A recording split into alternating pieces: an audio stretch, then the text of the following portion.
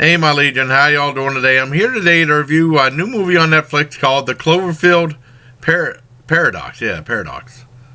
And basically, this is the third Cloverfield movie, supposedly. It was originally going to be titled The God Particle, but they switched it and put Cloverfield in the title.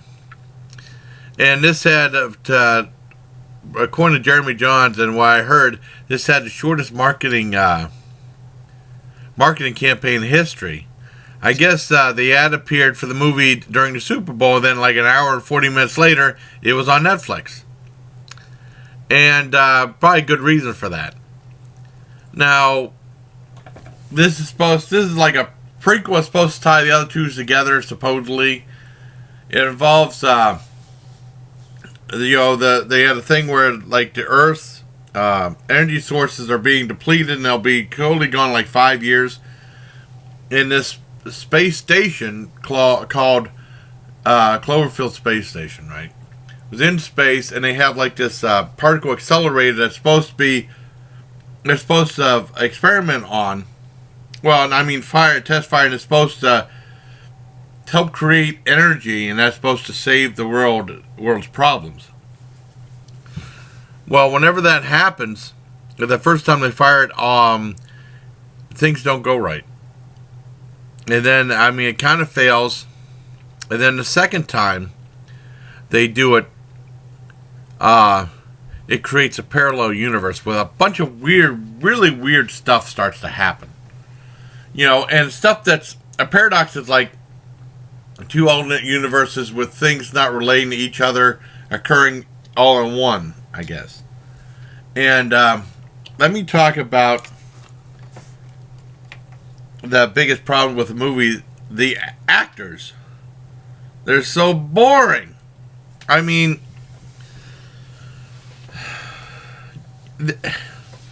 I thought the cast was incredibly weak. The only guy good was Donald Logue. He had a small part in there. Arthur talking about how, like, about parallel unit. He was the only one that was good in the movie. He was fantastic. He always is. That's how they make a movie. Like, have actors that can actually emote and show emotion and show some character and make you care about them. You don't care about any actors in this movie. I mean, basically acting. I mean, right off the bat, there's a scene in the car between this couple, and the one girl is going to space, and the husband is staying on Earth. And the acting's like this. In 5 years, Earth's things are going to be depleted. Well, that's why you're going to space, yeah. And then I go, oh yeah, right. And everyone acts like they're sleepwalking through the whole movie. And everyone, they don't emote. It's like, I need to do something to save this ship and save the crew. And they just, I'm going into triage for 3 hours. It's going to be really bad. They're acting like that. They're acting like they don't even care. And there seems like, and with all the bizarre stuff, and there's another woman on. It's like it's supposed to be international, from people from different countries. There's this one girl that speaks Mandarin Chinese throughout most of the whole movie. I don't think there's no way everyone on that ship understands what she's saying. There's no way. I mean, with international crew, I don't think that one of the requirements would be they have to understand Mandarin Chinese, because no one else speaks it. And no one else talks. I mean, she sometimes speaks in English, and then that was really dumb, too. But, I mean, that's a small gripe. But, I mean, the biggest problem, the actors can't remember. There's a part where there's a scene where this guy's arm gets caught, for whatever reason, inside the ship. And he's like, his arm gets cut off. He's not, I mean, now they say there's no pain when he said he's not in any pain, but he's like, the people look at him, he's like, and like, he looks and goes, my arm. And he looks up and goes, what happened to my bloody arm?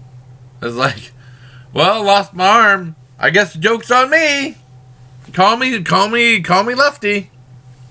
Or something like that. It's really, oh my God. And the whole movie's like that. There's scenes like, I want to talk about some of the good things, though, which is very little. The ship looks awesome. The ship looks really cool. There's lots of neat little inventions in the movie, like the different type of gun they use, and like little inventions to help solder things on the ship. And there's like some creativity. Like I said, the ship looks good, and the things that happen are kind of neat looking, but it adds up to nothing. It adds up to absolutely nothing, and not a spoiler, but everything is resolved so easily. It's just a very lazy. There was a movie that Charles Band did called The Daytime Ended. And it's just like that. A whole bunch of weird stuff happens, and all of a sudden, bloop, it's resolved. And that's it. It doesn't mean anything. This movie doesn't mean anything. And there's scenes from, well, about the guy getting his arm cut off, right? And there's a scene you see the arm crawling and stuff like that. And then they put like a glass case over it. And that's very reminiscent of Evil Dead 2 when Bruce Campbell, his arm becomes possessed and he cuts it off and he puts like a bucket over it and he puts like the books that says Farewell Arm on top. And then he says, I just want my hand back. I mean, it's supposed to be a comment, but that part you really care for him. He really wants his hand back. This guy in there doesn't even care if he gets his arm back. Oh, my arm's writing something. Oh, so neat. He doesn't. I'd be freaking out if I lost my arm. But I mean, whenever they put the glass in, the arm started writing stuff. I was like, this is getting stupid. And someone said it was more of a comedy than anything else. I didn't think it was that funny. I just thought it was just, I don't know. And there's a scene that rips off Aliens too. The classic scene, Aliens, kind of, but it's a little bit different. But if it just would have meant something. And there's other stuff in there that is kind of neat, but it ends up being nothing. I mean, no one was talking about how lousy the actors were. Donald Logue was the only good actor in the whole thing. And actors act like they didn't care. If the actors don't care, why should you care? And I also want to talk about my other history with the other two Cloverfield movies, which I love. But I mean, I think most people want to see this because they're fans of Cloverfield. It's on Netflix. If I would have paid money to see it at the theater, I would have been pretty let down and disappointed and kind of pissed because it is a movie about nothing. It should have been called the Seinfeld. No, the Cloverfield the Seinfeld edition, a movie about nothing. Even though that would have been done better. The one thing about this movie is, when I first started watching it, well, it first starts off, it had like a little bit of neat setup, and then it had right to that couple in the car, and that kills it. And then it goes right back to the scene where they launch in space. I think there's like a couple scenes added in to tie in the Cloverfield, but that means nothing too. Well, I don't want to say at the very end of the movie, but that doesn't mean anything either. If you're waiting for that, you're going to be disappointed.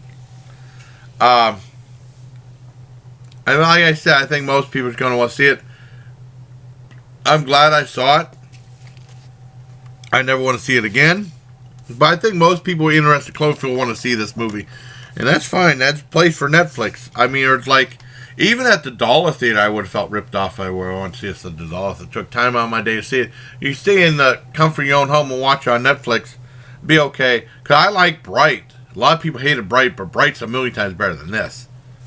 But like I said, when I first started watching it, the act, I immediately hated all the acting. It didn't get, except for Donald Logue, who's only in like one scene. He's in like a minute or a minute and a half on like a newscast. Except for that, all the acting is terrible. I didn't know I'd hate the acting that much, and the actors that much. It was awful. The ship was kind of neat, so for the longest time I was going to give it a 7 out of 10.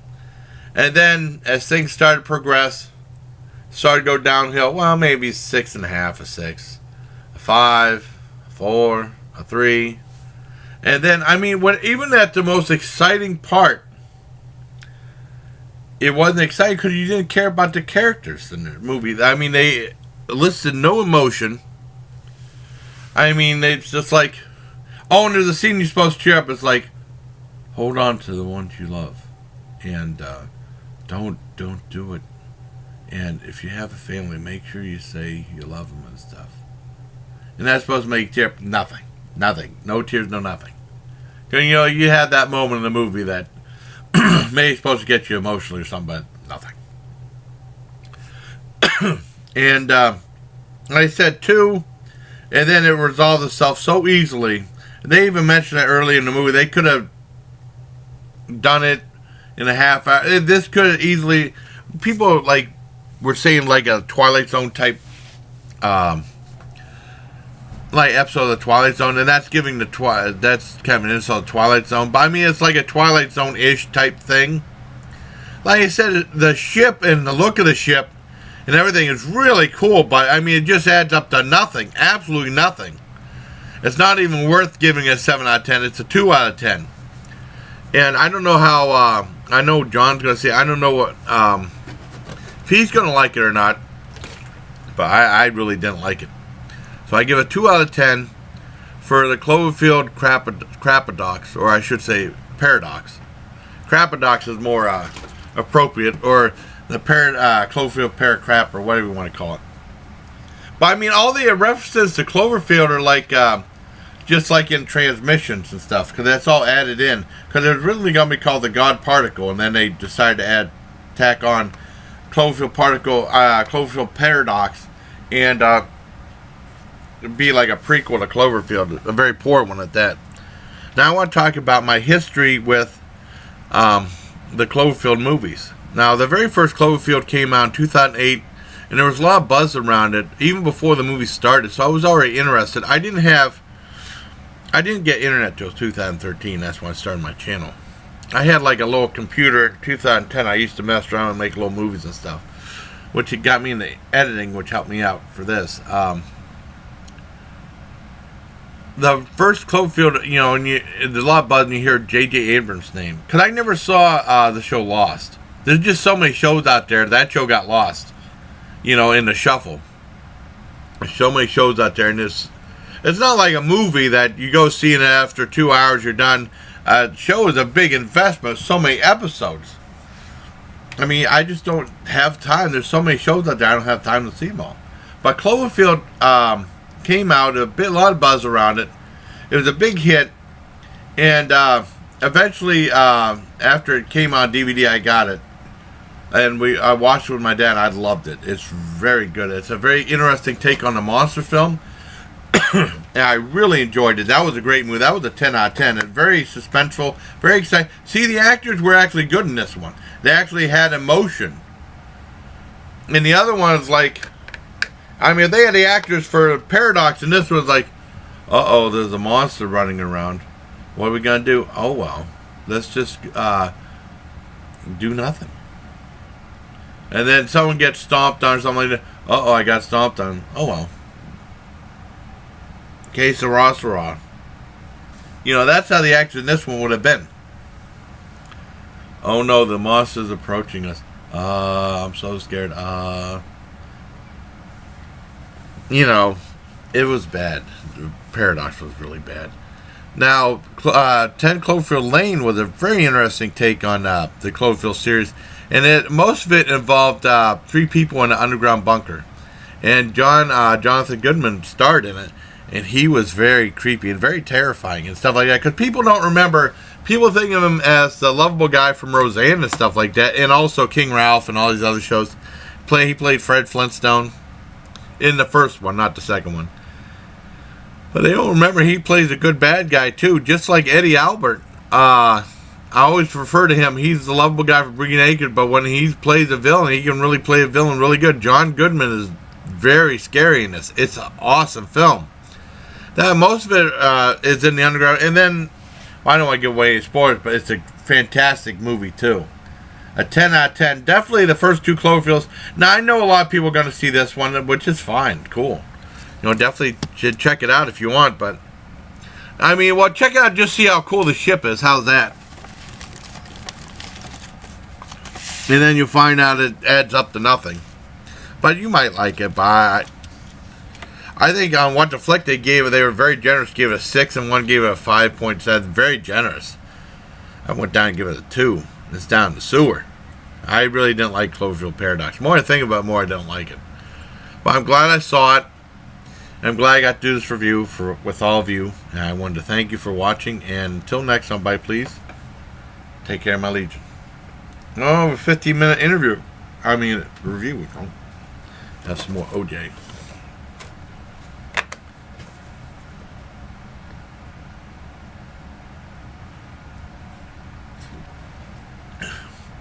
Great value orange juice from concentrate.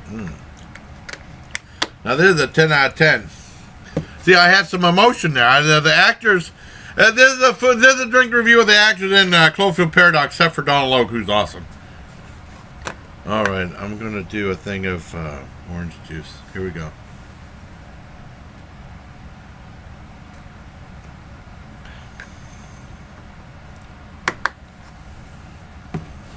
That was really good. I guess I'm going to give it a 10 out of 10. That's how the actors, no emotion, no emoting whatsoever. Terrible. Take care.